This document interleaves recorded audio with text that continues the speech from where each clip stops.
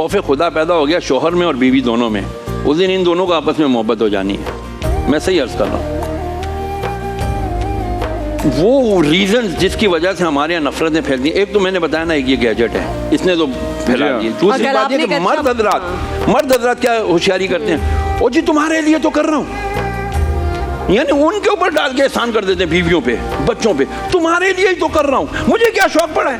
अबे भाई तुम्हें शौक ही तो पड़ा हुआ है तभी तो सारी रात दिन सारी रात। मुझे अभी भी एक सऊदी अरब से आया हुआ मैसेज अभी आने से पहले कि जी मेरे शौहर मुझे बिल्कुल इग्नोर कर देते हैं, लिफ्ट ही नहीं कराते हैं, मैं ऐसे जैसे फालतू चीज़ हूँ। हाँ खाने पीने बहुत अयाशी करवा रहे हैं, सब कुछ दे रहे हैं, बट मुझे शौहर भी तो चाहिए, उसकी अटेंशन भी तो चाहिए, कोई मुझे प्यार से कहे तो सही। जैसे मैंने कल आपको वजीफा बताया था कि अपनी बीवी के मुंह में लुकमा रखें मोहब्बत से। जी। खुदा की कसम सारी कदूर आपको पता है वो क्लिप ग्रीन एंटरटेनमेंट ने लगाया हुआ अपने इंस्टाग्राम पे, और नीचे औरतें क्या आपकी तारीफ कर रही हैं, कह रही हैं कि ऐसे उलमा कराम चाहिए जो आकर टीवी पर ये बातें कहें।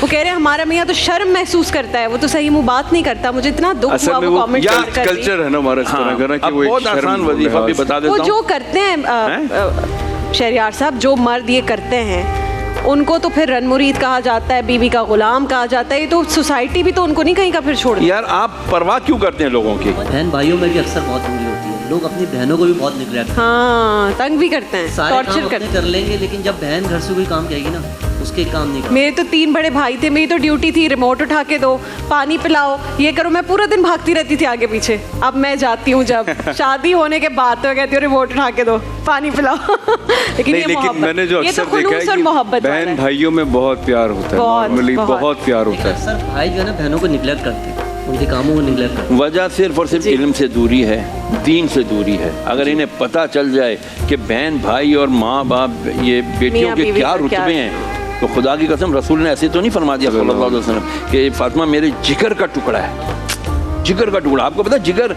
ये क्या पार्ट है आपका, लीवर बॉडी का वो कौन सा हिस्सा है, ये आपका ब्लड ये बनाता है। अगर जिगर खुदा ना खास्ता फेल हो जाए ना तो आपकी बॉडी खत्म, आपकी लाइफ सारे हो जाती है, हो जाए आपके। तो यानी बेटी के बगैर लाइफ ख़त्म है जी।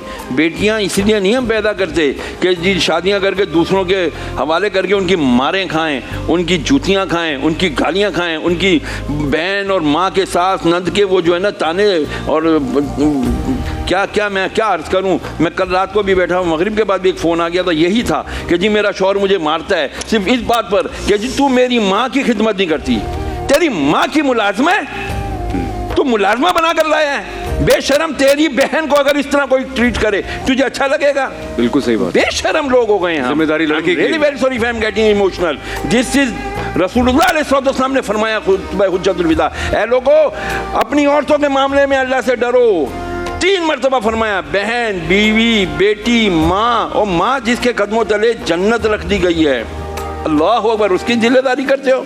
आज आप कहते हैं, आपने बहुत अच्छी बात की इंट्रो में कि जी क्या एक दिन मदर्स डे या विमेंस डे मना करके हम अपनी माँ, अरे मुसलमान का तो डेली हर डे जो है ना मदर्स डे, सिस्टर डे और डे है जी, बेटी डे। हम समझते नहीं इस बात को। और जितना इज्जत और एहतराम इस्लाम ने सिखाया है वो उससे पहले मेरा नहीं ख्याल। You know one thing my dear, before Islam एक बंदे की 20-20 बीवियां होती थी, बंदा मरता था उसके बेटे उसकी बीवियां बांट लेते थे।